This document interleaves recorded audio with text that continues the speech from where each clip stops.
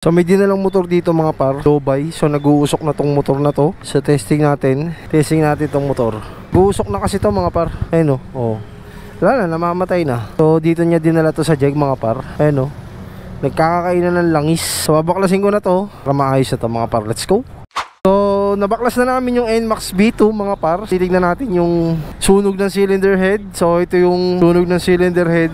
So naging rich siya dahil gawa ng nag-uusok na nga to mga par. Kapalitan to ng piston ring tsaka valve seal. Titignan natin yung block, kung anong itsura ng block mga par. So hugutin natin.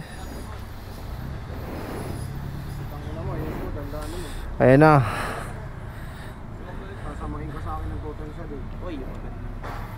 Yon. Oh, may tama. Walang tama yung block mga par. So all goods na all goods. Ayan o, nakikita nyo, all goods na all goods yung block. Lilinisan na lang namin to, tapos papalitan ng piston ring. Let's go. May umabol pa dito mga par na NMAX. So yan, nag-usok din yan. So nakalas na rin namin yung head, nalinis na rin. JBT block, bago yung block niya mga par. Ayan o. So ito rin, ganun din, nag-usok din to, blow by. Pero nakarating pa dito to, umaandar. So syempre, linis na rin namin yan. Sasalpak na lang, tapos kakalasin muna namin to kasi kita namin ng buret para sa compression ratio. So may tapos na to mga par, parbay na namin. So dalawang NMAX B2, let's go. Sa tingin mo matatapos natin yan ng hapon? Basic yan. Basic yan mga par, di ba? Yun. So kami dalawa ni Christian ang kumakana nito mga par. Mamaya buo na to, aandar na rin to.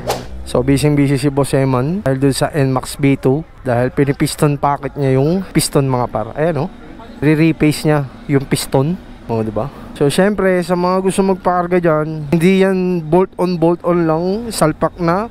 Syempre sinusukat pa namin kung ano ang compression ratio para mas quality yung gawa, diba? Ayan si Boss Eman mga par, kakatapos na ng birthday niyan. So bakbaka na naman dito sa jeg. Tapos na rin tong NMAX B2, dalawang NMAX B2. Tapos na yung NMAX B2. So ito, may problema pa to mga par. So, ang problema na ito is piston ring, pero sinukatan na namin ng compression ratio. So siguro bukas na to matatapos o kaya sa Friday. So yun lang mga par, sa mga gusto magpakarga dito sa jeg, yan, PM nyo lang ako or PM nyo lang si Boss Eman. Let's go!